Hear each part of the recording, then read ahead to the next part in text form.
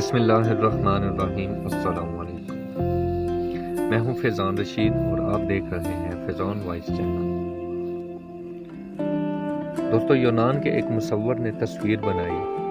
اس میں ایک آدمی کو انگور کا ہوشہ پکڑے دکھایا گیا۔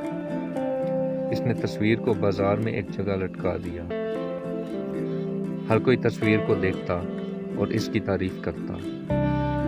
مصور کے کچھ دوست اس سے ملے اور مبارکباد دیتے ہوئے کہنے لگے کہ تم نے انگوروں کا ہوشہ اس قدر زبردست بنایا ہے کہ چڑیا آتی ہیں اور اسے اصل سمجھ کر چونچ مارتی ہیں۔ مصور خوش ہونے کے بجائے افسردہ ہو گیا۔ کہنے لگا، اس کا مطلب ہے کہ آدمی کو بنانے میں مجھ سے غلطی ہو گئی، ورنہ چڑیا اگر آدمی کو بھی اصل سمجھتی تو اس کے ڈر سے انگوروں پر چونچ مارنے کی جرأت نہ کرتی۔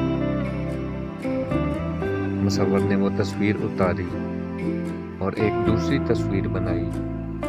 اس تصویر میں بھی ایک آدمی انگور کا ہوشہ لیے کھڑا تھا۔ انگور کا ہوشہ دوبارہ اس قدر شاندار بنایا گیا کہ چڑیاں اس کو دیکھ کر اس کے پاس آتی، مگر اب انہیں چونچ مارنے کی ہمت نہ ہوتی۔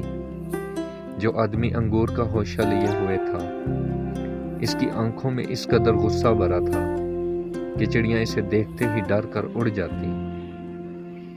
دنیا میں اعلیٰ مقام انہی لوگوں نے حاصل کیا ہے جنہوں نے خود اپنے آپ پر تنقید کی، اپنا محاسبہ خود کیا۔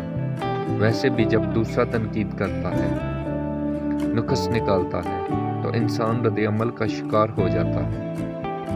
انسان اپنے اوپر خود تنقید کرے، اپنی غلطیاں خود نکالے، تو جتنا زور اور جتنا وقت وہ دوسروں سے اس بحث میں لگائے گا کہ وہ بالکل صحیح ہے، اس میں کوئی نقص نہیں ہے، وہی وقت، وہی کوشش وہ اپنے آپ کو درست کرنے اور اپنی کارکردگی کو بہتر کرنے میں لگا سکتا ہے۔